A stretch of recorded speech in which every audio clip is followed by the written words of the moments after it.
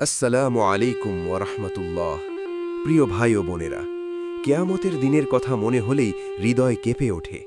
সেদিন মানুষ দিশেহারা হয়ে যাবে, মা সন্তানকে ভুলে যাবে, বন্ধু বন্ধুকে চিনবে না। আর সেই ভয়াবহ দিনে আপনার কোরবানির পশু কি সত্যি আপনাকে সাহায্য করবে? আজকের এই ভিডিওতে আমরা জানব কুরআন ও সহি হাদিসের আলোকে কোরবানির পশুর মর্যাদা, তার প্রতিদান এবং কেয়ামতের দিন তার আশ্চর্য সাহায্যের কথা।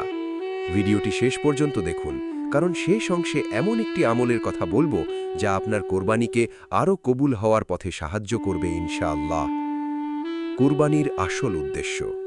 প্রিয় দর্শক, আজ অনেকেই মনে করেন কুরবানি শুধু পশু জবাইয়ের নাম, কিন্তু কোরআন আমাদের অন্য শিক্ষা দেয়। আল্লাহ তাআলা সূরা হজে বলেন, আল্লাহর কাছে পৌঁছায় না তাদের গোশত ও রক্ত, বরং পৌঁছায় তোমাদের তাকওয়া। অর্থাৎ আল্লাহ আপনার পশুর আকার দেখেন না, দেখেন আপনার অন্তরের ইখলাস। হজরত ইব্রাহিম আলাইসাল্লাম যখন নিজের প্রিয় সন্তান ইসমাইলকে আল্লাহর জন্য কোরবানি করতে প্রস্তুত হলেন, তখন আল্লাহ তার আনুগত্যকে কবুল করলেন। সেখান থেকেই শুরু হয় কোরবানির ইতিহাস।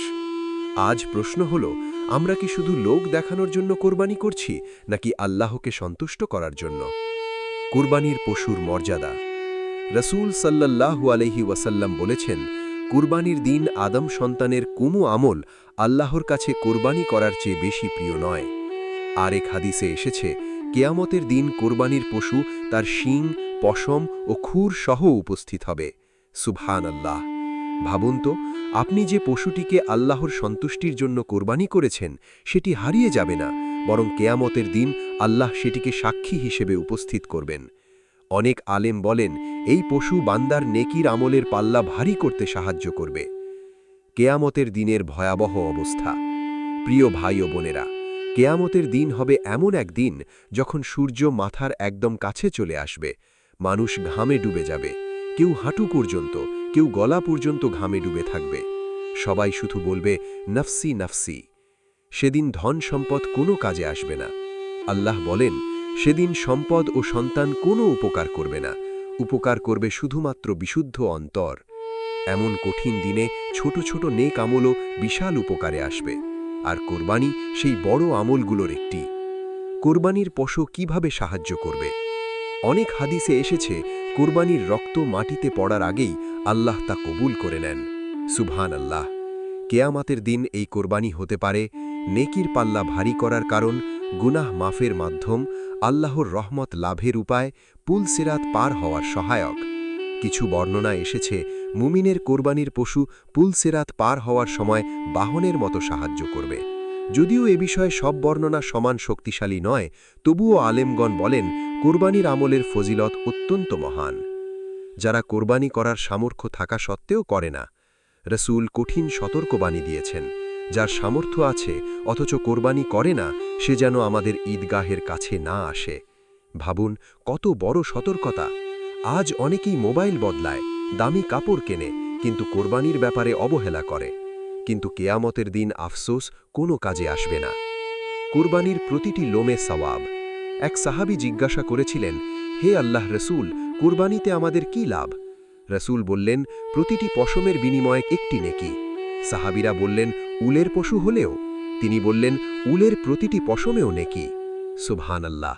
আপনার একটি কোরবানি হাজার হাজার নেকির কারণ হতে পারে। রিয়াকারের কোরবানি বনাম ইখলাসের কোরবানি।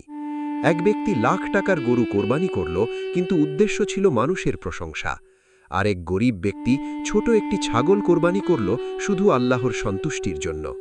আল্লাহর কাছে কার কোরবানি বেশি প্রিয়? নিশ্চয়ই যার অন্তরে ছিল তাকওয়া, কারণ আল্লাহ অন্তর দেখেন। তাই কোরবানির আগে নিজের নিয়ত ঠিক করুন। কোরবানির মাধ্যমে গুনাহ মাফ। প্রিয় দর্শক, মানুষ ভুল করে, গুনাহ করে, কিন্তু আল্লাহর রহমত অনেক বড়। কোরবানি এমন একটি আমল যা বান্দাকে আল্লাহর আরও কাছে নিয়ে যায়।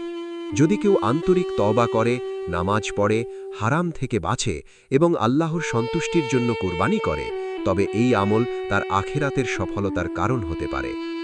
জান্নাতের পথে কোরবানির প্রভাব। ভাবুন সেই দৃশ্য, মানুষ পুল সিরাত পার হতে পারছে না, চারিদিক অন্ধকার, নিচে জাহান্নামের আগুন, ঠিক তখন আপনার দুনিয়া সেই কোরবানি যা আপনি ইখলাসের সাথে করেছিলেন আল্লাহর রহমতের কারণ হয়ে দাঁড়াবে। হয়তো সেই আমলই আপনার মুক্তির কারণ হবে। আমাদের করণীয়, প্রিয় ভাই ও বোনেরা, কোরবানি শুধু একটি উৎসব নয়, এটি আনুগত্যের পরীক্ষা, ইখলাসের পরীক্ষা, তাকওয়ার পরীক্ষা। তাই হালাল উপার্জন থেকে কোরবানি করুন, নিয়ত বিশুদ্ধ করুন, গরিবদের মাংস দিন, অহংকার করবেন না। কোরবানির আগে বেশি বেশি তওবা করুন। আল্লাহ যেন আমাদের কোরবানি কবুল করেন, কেয়ামতের ভয়াবহ দিনে আমাদের সাহায্যকারী বানিয়ে দেন এবং আমাদের সবাইকে জান্নাতুল ফেরদাউস দান করেন। আমিন। ভিডিওটি ভালো লাগলে অবশ্যই লাইক দিন, কমেন্টে লিখুন আল্লাহ আমাদের কোরবানি কবুল করুন। আর ইসলামিক ভিডিও পেতে চ্যানেলটি সাবস্ক্রাইব করে পাশে থাকা বেল আইকনটি অন করে দিন।